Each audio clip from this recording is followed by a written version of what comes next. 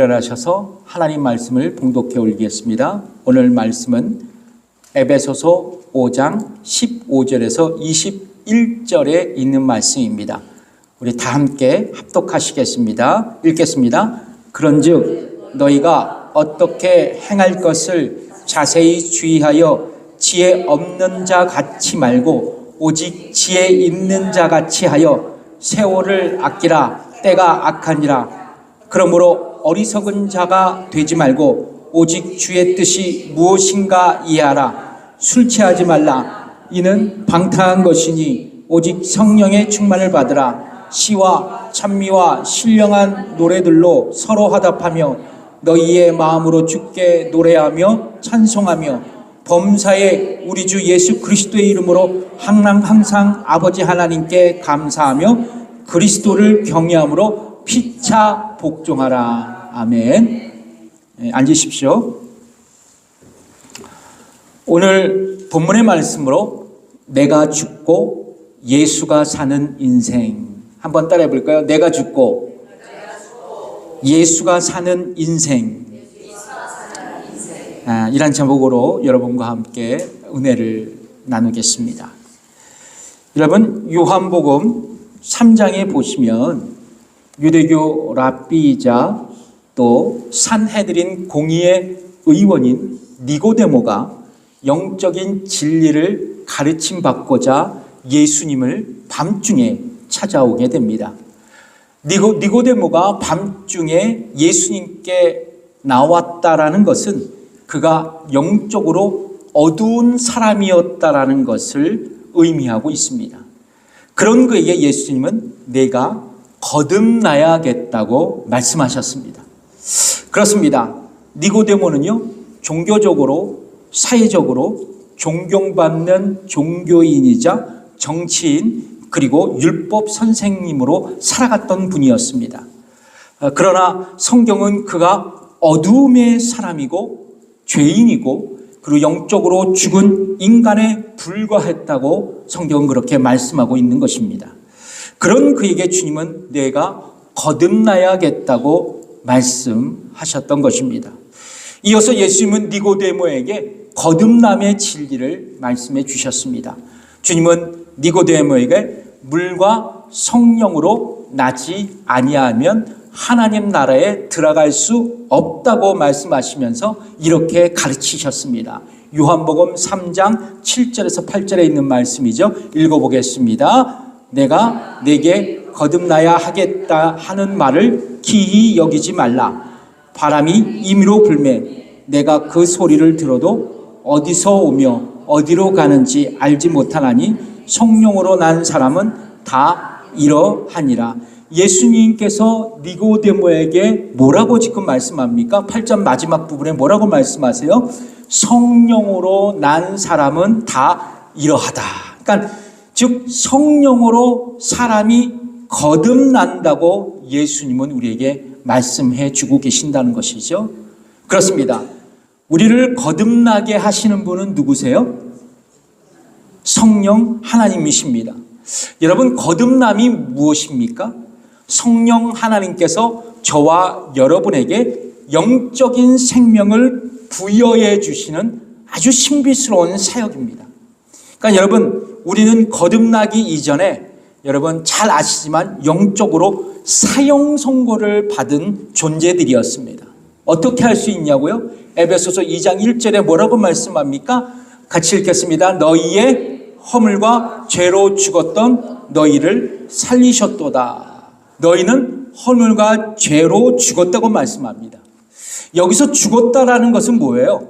하나님과 분리돼서 영적으로 죽은 상태를 가리키는 것입니다. 그러니까 겉으로 보이기에는 살아서 움직이는 인간처럼 보이지만 하나님과 단절된 인간은요, 아무리 잘 나가는 인생일지라도 아무리 비싼 명품 옷을 걸쳐 입었을지라도 영적으로 보면 죽은 시체와 마찬가지라는 것입니다. 그래서 영적으로 죽은 인간은요, 하나님을 찾지 않습니다.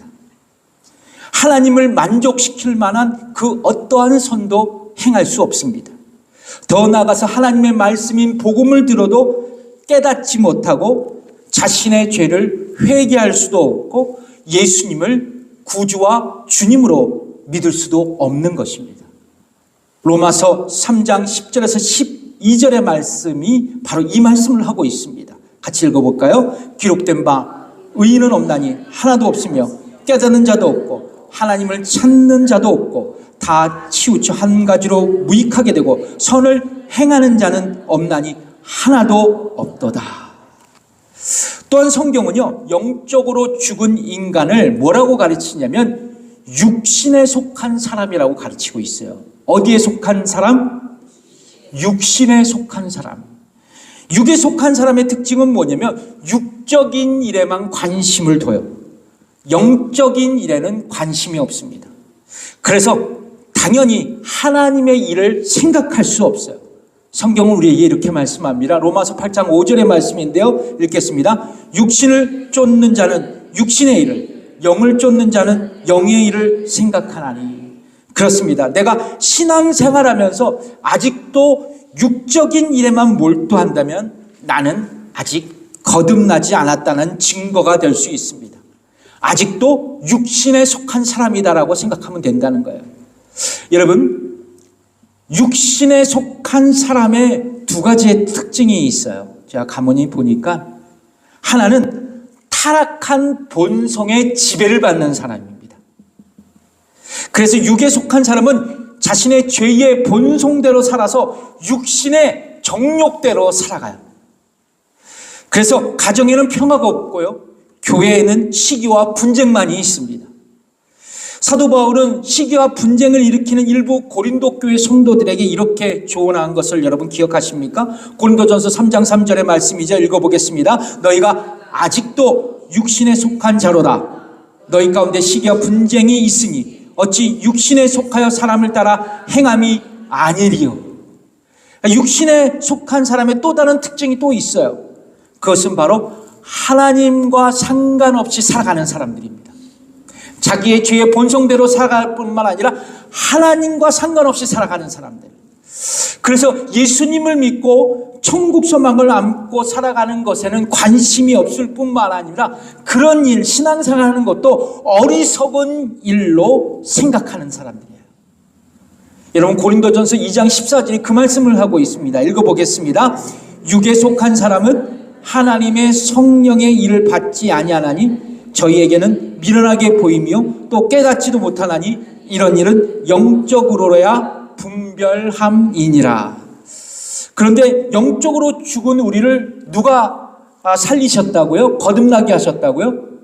성령 하나님께서 뭐를 통해서? 복음을 통해서 우리를 거듭나게 하셔서 타락한 인간의 성향을 하나님께로 다시 향하게 하셔서 하나님을 다시 찾게 했고 영에 속한 사람이로 되게 하셨다라는 것입니다. 그래서 결과적으로 어떻게 되냐? 내가 거듭난 후 내가 죽었던 영이 새롭게 되고 새 생명을 얻고 난 다음 과거에는 그렇지 않았지만 성경의 진리를 탐구하고 싶은 욕구가 생겨서 그래서 성경을 읽고 싶어지고 자주는 아니지만 기도하고 싶어지고 찬양하고 싶어지고 그리고 성령께서 어느 날 나의 마음의 문을 열어주셔서 복음을 들으니까 하나님의 말씀이 이해가 되고 그 말씀을 가만히 생각해 보니까 내가 죄인이라는 것을 깨닫게 돼서 예수님께서 나의 죄를 위해서 십자가에 달리신 구원자였구나라는 것을 내가 믿게 되었다라는 것입니다. 이 모든 결과는 어떻게 해요? 우리가 잘나서가 아니라 우리가 성령님으로 인해 거듭났기 때문에 일어난 영적인 경험들이에요. 영적인 경험들입니다. 이처럼 성령 하나님의 가장 중요한 사역은 뭐냐? 어떤 사역이에요? 성령 하나님께서 가장 중요한 일하심, 우리를 거듭나게 하시는 거예요. 우리를 거듭나게 하시는 것. 죄인을 거듭나게 하시는 것입니다. 이 시점에서 우리에게 중요한 질문이 있어요. 성령으로 거듭난 그리스도인들은 그럼 어떻게 살아가야 할까? 이게 우리에게 중요한 질문이에요. 그것은 바로 성령 충만으로 살아가야 한다는 것입니다. 성령으로 거듭난 그리스도인들은 성령 충만으로 살아가야 돼요. 여러분, 오늘 본문 에베소서 5장 15절에서 21절을 보면 크게 두 가지로 나눌 수 있습니다. 몇 가지요? 두 가지. 첫 번째 부분 15절에서 17절까지 사도 바울은요, 에베소 교회 성도들에게 지혜롭게 살아가라고 촉구하고 있습니다. 지혜로운 자가 되어 살아가라고 말씀하고 있어요. 그래서 에베소서 5장 15절의 말씀을 읽어볼까요? 그런즉 너희가 어떻게 행할 것을 자세히 주의하여 지혜 없는 자 같이 말고 오직 지혜 있는 자 같이 하여, 오직 지혜 있는 자 같이 살아가라고 말씀합니다. 이어서 바울은 지혜롭게 살아가는 것이 어떠한 삶인 것인지에 대해서 레슨하고 있어요. 과연 지혜롭게 살아가는 삶이 무엇이냐? 그것을 가르쳐주고 있는데요. 먼저 에베소서 5장 16절에서 뭐라고 말씀하세요? 시간을 아끼라고, 세월을 아끼라고 그렇게 권면합니다. 그러니까 지혜롭게 살아가는 사람들은 자신에게 주어진 시간을 잘 선용하며 살아가라는 것을 성경은 가르쳐주고 있습니다.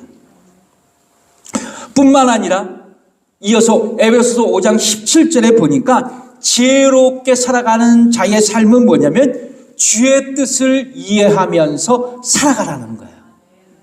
그런 자가 지혜로운 자라고 말씀합니다. 이어지는 두 번째 부분이 있어요. 에베소서 5장 18절에서 22절까지는 사도 바울은 뭐라고 얘기냐면 성령 충만으로 살아가라고 가르치고 있어요. 자, 그런데 먼저 사도 바울은 에베소서 5장 18절에 뭐라고 말씀을 시작하느냐?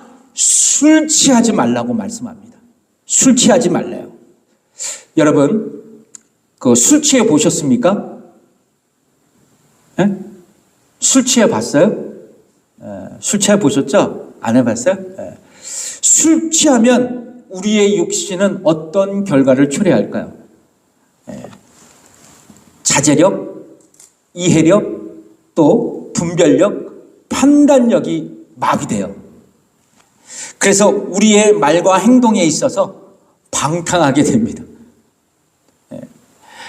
아무리 목사, 장로, 권사, 집사라는 직분을 갖고 있어도 술에 취하면 술기운에 지배되어서 나의 말과 행동에 있어서 남에게 실수를 하게 됩니다. 실수를 하게 돼요. 그래서 성경은 뭐냐? 제발 술 취하지 말라고 거듭 우리에게 말씀합니다. 성경의 한 곳에서 얘기하는 게 아니에요. 로마서 13장 13절에 한번 읽어볼까요? 낮에와 같이 단정히 행하고 방탕과 술 취하지 말며 음란과 호색하지 말며 쟁투와 시기하지 말고, 이 말씀을 하고 있습니다. 또 다른 말씀이 있더라고요. 근데 시간이 없어서 제가 말씀을 못 드리는 거예요. 근데 특별히 교회 직분자들은요, 술을 즐기지 않아야 할 것을 당부하거든요. 그게 디모데전서 3장 3절에 있어요. 읽어보겠습니다. 술을 즐기지 아니하며 구타하지 아니하며 오직 관용하며 다투지 아니하며 돈을 사랑치 아니하며, 더 나아가서 직분자를 임명할 때 조건을 달아요. 성경에 보니까 무슨 조건이냐? 술에 임박히지 않는 자를 선출하라고 말씀합니다. 그것을 제안해요. 제가 그냥 읽어드릴게요. 디모데전서 3장 8절, 이와 같이 집사들도 단정하고 일구이연을 하지 아니하고 술에 뭐한 자? 임박이지 아니하고 더러운 일을 탐하지 아니하고, 술에 임박이지 아니한 자를 선출하라고 말씀합니다. 그런데요, 한 걸음 더 나아가서 사도 바울은 술 취할 것이 아니라는 거예요. 그게 아니라 성령에 의해 충만하게 되어야 한다고 말씀합니다. 에베소서 5장 18절 말씀이죠. 읽어보겠습니다. 술 취하지 말라. 같이 읽어볼게요. 술 취하지 말라. 이는 없나요? 제가 읽어드릴게요. 술 취하지 말라. 이는 방탕한 것이니 오직 성령의 충만을 받으라. 술 취하지 말라. 이는 방탕한 것이니 오직 성령의 충만을 받으라 말씀하세요. 여러분, 우리가 죄를 회개하고 주 예수 그리스도를 믿음으로 구주로 고백하고 영접하면 뭐를 받아요? 구원을 받습니다. 그리고 동시에 내 안에 성령님께서 내주하고 계십니다. 그러니까 구원과 성령님의 내주하심은 동시에 우리에게 이루어지는 영적인 경험들이에요. 그러므로 여러분, 구원받은 모든 신자 안에는 누가 계세요? 성령님이 계십니다. 그리고 그분은 우리를 거룩한 삶으로 살아갈 수 있도록 우리를 늘 인도하고 격려해 주십니다. 그러나 여러분, 우리가 예수를 믿고 새로운 생활을 시작하지만 육신을 입고 이 세상을 살아가는 한 우리는 완벽한 거룩의 삶을 살아갈 수가 없습니다. 때때로 빛의 자녀의 삶이 아니라 오히려 어둠의 자녀의 삶을 살아갈 때가 있다는 것이죠. 여러분 동의하십니까? 여러분 기억하십시오. 우리가 구원을 받았을 때 다 성령을 받았어요. 여러분 동의하십니까? 그렇다고 해서 모두가 성령으로 충만한 생활을 하는 것은 아니라는 거예요. 이해하시나요? 이것이 우리의 고민이자 끝없는 영적인 숙제가 되는 거예요. 중요한 것은 이것입니다. 그럼에도 불구하고 에베소서 5장 18절에서 뭐라고 말씀하세요? 우리에게 성령의 충만을 받으라고 말씀합니다. 이 말씀의 헬라어의 원어적 의미는 뭐냐면 성령의 충만을 받으라는 헬라어 원어적인 진정한 의미는 뭐냐면 계속 성령으로 충만하게 되어라 합니다. 계속 성령으로 충만하게 되어라. 내가 충만해지는 게 아니라 충만을 받으라는 거예요. 그러니까 여러분, 성령 충만의 삶은 일회성이 아니라는 겁니다. 계속적이라는 거예요. 그래서 여러분, 성령으로 충만한 삶은 우리들이 걸어가야 할 일평생의 영적인 순례의 길이라는 것입니다. 그렇다면 성령으로 충만한 상태는 어떤 상태일까? 여러분 한번 생각해 보세요. 성령 충만한 상태는 어떤 상태일까? 여러분 보통 성령 충만하다는 것은 보통 이렇게 생각하더라고요. 기도 많이 하고, 그렇죠? 은혜 충만한 상태로 우리가 생각할 수 있습니다. 다 100% 틀린 건 아니에요. 일부분은 맞는 것 같아요. 그리고 방언으로 기도하면 성령 충만하다고 믿고 있는 분들이 있어요. 그래서 증거로 삼습니다. 그러나 성령 충만은 그런 의미와 그런 뜻이 아니라는 거죠. 성령 충만은 일평생 나의 내면에 계신 성령님을 의지하면서 예수님의 인격을 닮아가는 과정이에요. 다시 한번, 성령 충만은 뭐냐? 일평생 나의 내면에 계신 성령님을 의지하며 누구의 인격을 닮아가는 과정? 예수님의 인격을 닮아가는 거예요. 근데 여기서 끝나면 안 돼요. 성령 충만은 더 나아가서 뭐냐면 예수님의 인격으로 변화된 삶으로, 즉 성령의 열매를 맺고 내가 세상 속에 살아가는 겁니다. 이게 성령 충만이에요. 성령 충만입니다. 근데 여기서 중요한 게 있어요. 우리는 성령님을 의지하면서 적극적으로 내 안에 있는 죄의 영향력을 죽여야 돼요. 죄악과의 전쟁에서 승리해야 합니다. 죄를 죽여야 돼요. 우리의 몸의 행실을 죽여야 우리가 사는 거예요. 로마서 8장 12절에서 13절의 말씀이 바로 이 말씀을 하고 있습니다. 읽어보겠습니다. 그러므로 형제들아, 우리가 빚진 자로 돼 우리의 육신에게 져서 육신대로 살 것이 아니니라. 너희가 육신대로 살면 반드시 죽을 것이로되 영으로서 몸의 행실을 죽이면 살겠다 말씀하세요. 성령으로 몸의 행실을 죽이면 어떻게 된다고? 우리가 살 것이다라고 말씀합니다. 그렇습니다. 종합해 보면요, 성령 충만한 성도는 성령님의 도우심으로 자신의 마음 가운데 있는 죄의 영향력, 죄성을 죽이는 사람들이에요. 그리고 예수님을 닮아가면서 거룩한 삶을 살아가는 것입니다. 그러므로 여러분, 성령 충만은 종교적으로 신비한 현상이 아니에요. 성령 충만은 신비적 현상이 아니라는 것이죠. 실제의 일상입니다. 그러니까 즉 카리스마, 능력, 은사, 방언, 기도를 잘한다고 해서, 그리고 어떤 특별한 성령 체험을 많이 했다고 해서 성령 충만하다는 것이 아니라는 거예요. 여러분 꼭 기억하세요. 성령 충만한 상태는 뭐냐? 일관성 있게 계속적으로 예수님의 인격을 닮아가는 저와 여러분의 일상의 삶이에요. 일상의 삶입니다. 성령님께 붙들려 예수님을 본받아 온전히 변화되는 삶을 살아가는 신자의 삶을 가리켜서 성령 충만한 삶이라고 말씀하고 있는 거예요. 제가 존경하는 분이 있습니다. 오스왈드 챔버스라는 분이에요. 이분의 책 주님은 나의 최고봉이라는 책이 있는데요.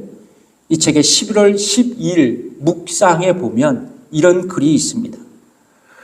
당신은 자신의 영혼 구원에 대해 어떤 생각을 가지고 있습니까?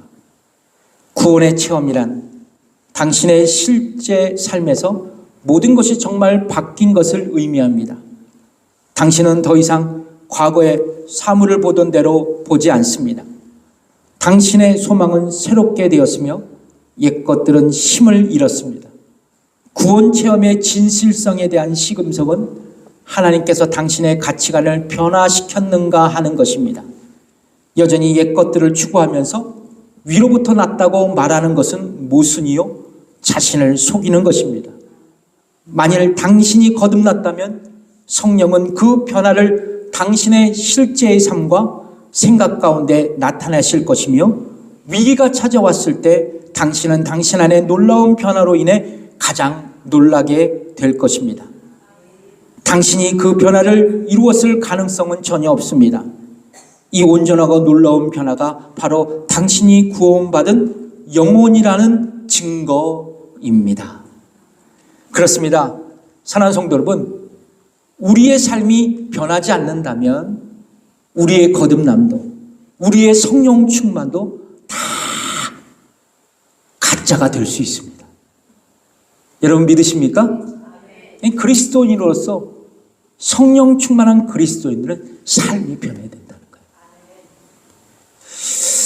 영국의 복음주의 신학자가 있습니다. 존 스토트라는 분이에요. 참 존경하는 분입니다. 이분의 책이 있습니다. 성령 세례와 충만이라는 책이에요.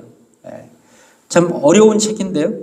근데 이곳에서 성령 충만한 그리스도인들의 모습을 이렇게 표현했습니다. 참 멋진 표현이더라고요. 제가 읽어드리겠습니다. 지나친 음주는 술 취한 사람을 억제되지 않는 비이성적인 상태로 몰고 감으로써 짐승을 만들지만 성령 충만은 절제되고 이성적인 도덕적 품행으로 끌고 감으로써 그리스도인을 그리스도의 형상으로 변화시킨다. 여러분 동의하십니까? 여러분 이 시간 진지하게 묻습니다. 여러분 진정으로 우리 모두가 성령 충만한 삶을 살아가고 있습니까? 계속해서 사도 바울은 성령 충만한 신자들에게 두드러지게 나타나는 현상을 말해주고 있어요. 그러니까 성령 충만하라고 말씀하면서 성령 충만한 사람들의 특징을 얘기하고 있는데요. 첫 번째가 뭐냐면 찬송하는 삶이에요. 찬송하는 삶. 우리 에베소서 5장 19절 읽어보겠습니다. 시와 찬미와 신령한 노래들로 서로 화답하며 너희 마음으로 주께 노래하며 찬송하며. 여기서 여러분 시와 찬미와 신령한 노래들은 뭐냐면 모두가 성령 충만한 상태에서 하나님께 드리는 찬송을 의미합니다. 그리고 너희 마음으로 주께 노래하며 찬송한다는 것은 성령 충만한 성도들의 마음속에서 흘러나오는 그 기쁨의 찬양들 있잖아요. 그것을 의미해요. 그러니까 여러분 은혜 받으면 옛날에는 가요 불렀는데 요즘엔 뭐야? 은혜 받으면 찬송이 막 나오잖아요. 그러면 여러분 성도들이요, 신자들이, 저와 여러분이 성령으로 충만해지면 나타나는 현상이 뭐냐? 예배 속에서도 우리의 일상 속에서도 마음을 다해 진심으로 하나님께 노래하며 찬양하는 것이에요. 근데 반대로 여러분 우리가 그리스도인이라도 성령 충만하지 않으면 제일 먼저 마음에서 사라지는 게 뭐냐 하면 바로 찬양이 사라져요. 찬양이 사라집니다. 그러나 반대로 성령 충만하면 뭐가 흘러나와요? 찬양이 흘러나옵니다. 경험하신 분 손 들어요. 네. 감사합니다. 감사해요. 그래서 여러분 이런 찬양이 있지 않아요? 찬양이 언제나 넘치면 은혜로 얼굴이 환해요.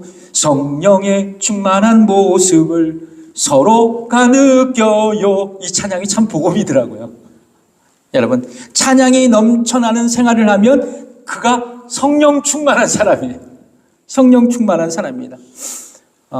성령 충만한 사람 가운데 16세기 종교개혁자 마틴 루터를 들 수 있거든요.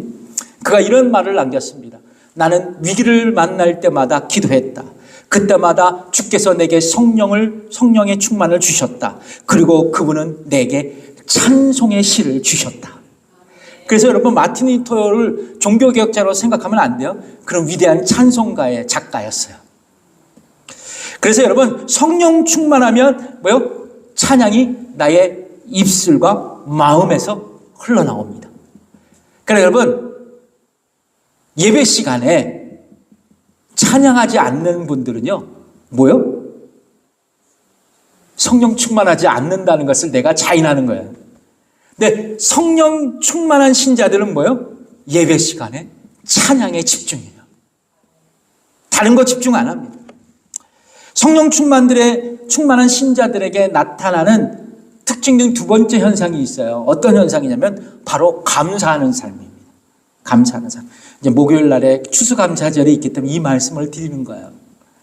에베소서 5장 20절을 한번 읽어볼까요? 시작. 범사에 우리 주 예수 그리스도의 이름으로 항상 아버지 하나님께 감사하며. 그러니까 성령 충만한 성도들은 모든 일에 하나님께 감사한다는 거죠. 즉 성령 충만한 사람은 기쁠 때도 있고 즐거울 때도 있고 물론 시련과 고통 중에 있을 때에도 감사한다는 겁니다. 근데 여러분 반대로 성령 충만하지 않을 때 우리는 뭘 합니까? 감사 대신 불평하죠. 원망하죠. 그리고 또 뭐해요? 분노하죠. 염려하죠. 성령 충만하면 다 이런 거예요. 감사 대신 원망하고 불평하고 분노하고 그리고 원망하고 염려하고 그럴 때마다 뭐를 생각해야 돼요? 지금 내게 무엇이 필요한가? 성령 충만이 필요하다는 것을 아셔야 돼요. 그렇다면 여러분 성령 충만한 신자들은 누구에게 무엇을 감사해야 될까? 이게 중요하잖아요. 여러분 우리의 감사의 대상은 누구예요? 아버지 하나님이세요. 왜냐하면 하나님은 예수 그리스도를 통해서 우리를 자기 아들들로 삼아주시고 기꺼이 우리의 아버지가 되어주셨기 때문에 그래요. 그래서 에베소서 1장 5절에 이 말씀이 있잖아요. 읽어보겠습니다. 그 기쁘신 뜻대로 우리를 예정하사 예수 그리스도로 말미암아 자기의 아들들이 되게 하셨다고 말합니다. 그러므로 당신의 자녀로 삼아주신 하나님 아버지의 은혜에 감사드리는 것은 성령 충만한 성도들에게 거룩한 의무이자 그리고 책임인 것이에요. 그렇습니다. 내가 하나님의 자녀가 되었다라는 사실에 감격하고 범사의 하나님께 감사하는 삶을 이어간다면 나는 성령 충만한 신자가 되었다라는 거예요. 그런데 반면에 이런 구원에 대한 감격과 감사가 없다면 뭐예요? 나는 성령 충만하지 않다. 이것을 나타내는 거예요. 더 나아가서 성령 충만한 사람은요, 환경을 초월해서 주께 감사할 수 있는 사람들이에요. 여러분, 나에게 위기가 있고 고통이 있다면 쉽게 감사할 수 없습니다. 감사는커녕 뭐래요? 불평과 원망을 하죠. 그러나 성령 충만한 사람들은 이 말씀을 굳게 믿음으로 붙듭니다. 어떤 말씀이냐? 로마서 8장 28절에 있는 말씀이에요. 읽어보겠습니다. 우리가 알거니와 하나님을 사랑하는 자, 곧 그 뜻대로 부르심을 입은 자에게는 모든 것이 협력하여 선을 이루느니라. 그렇습니다. 여러분, 우리의 삶에도 여전히 고난이 존재합니다. 어려움의 현실이 있습니다. 그러나 우리의 육신의 눈으로 보이지는 않지만 여전히 하나님의 선하신 뜻이 우리와 함께 하신다는 거예요. 모든 역경의 배후에는 하나님의 선하신 뜻이 존재한다는 것입니다. 성령 충만한 신자들은 이런 믿음을 소유하고 있어요. 이런 믿음을 소유하고 있습니다. 그러므로 여러분, 우리 모두가 성령 충만해져서 하나님의 선하신 뜻을 믿음으로 볼 수 있고 믿음으로 붙잡을 수 있다면 성도 여러분, 어떤 고난, 어떤 역경 속에서도 우리는 범사에 감사하는 자가 될 수 있을 줄 믿습니다. 언제나 감사하는 성도가 될 거예요. 왜냐고요? 다시 반복해 드려요. 하나님의 선하신 뜻이 우리의 고난 가운데 여전히 버티고 있다는 것을 성령의 충만함으로 우리가 믿을 수 있기 때문에 그렇습니다. 마지막으로 성령 충만한 신자들에게 나타나는 특징 세 번째 현상은요, 뭐냐면 상호 서로가 복종하는 삶입니다. 서로가 복종하는 삶이에요. 에베소서 5장 21절 한번 읽어볼까요? 시작. 그리스도를 경외함으로 피차 복종하라. 여기서 복종하다라는 얘기는요, 헬라어 단어 원어적인 의미가 뭐냐면 공동체 안에서요, 어떤 특별한 권위를 갖고 있는 영적인 지도자들에게만 복종하라는 게 아니에요. 이 얘기는 뭐냐면 모든 성도들이 서로 간에 상호간 복종하라는 것입니다. 여러분 이해 가세요? 그렇다면 성령 충만으로 서로 복종하는 것이 어떤 태도인가, 어떤 것을 의미할까? 자기의 권리를 포기하고, 잘 들어보세요. 자기의 권리를 포기하고 다른 사람들을 섬기는 거예요. 나이, 성, 지위, 전문성에 관계없이 기꺼이 내가 당신에게 배워보겠다고, 겸손히 서로 배우겠다고, 서로 섬기면서 서로 잘못된 것을 사랑의 말로 교정해 주면서 충고해 주는 것, 이런 것들이 서로가 복종하는 삶의 태도인 것이에요. 이런 자발적인 상호 복종이 교회에서 이루어질 때 교회는 어떻게 되냐? 연합해지고 평화롭게 되고 기쁨의 교제가 꽃피우는 현장이 될 줄 믿습니다. 그렇습니다. 성령님은 자신을 드러내지 않는 온유하고 겸손한 영이세요. 그래서 성령에 충만한 사람들은 누구나 그리스도의 영인 성령님의 온유함과 겸손함을 배웁니다. 그러므로 여러분, 겸손히 서로 복종하는 거야말로 성령 충만을 보여주는 가장 명백한 신자들의 특징이라고 할 수 있는 거예요. 여러분, 오늘 본문에서 성령 충만한 사람들의 세 가지의 특징을 말씀드렸어요. 어떤 말씀을 드렸어요? 첫 번째, 뭐예요? 찬송하는 삶, 찬양하는 삶. 두 번째, 감사하는 삶. 세 번째, 상호 복종하는 삶. 첫 번째, 두 번째, 세 번째. 이 세 가지는 우리가 성령 충만하다라는 증거가 될 수 있는 거예요. 근데 참 흥미로운 건 뭐냐면 어떤 성경학자들은요, 이 세 가지의 삶이 성령 충만의 증거이자 성령 충만의 방편으로 해석하고 있습니다.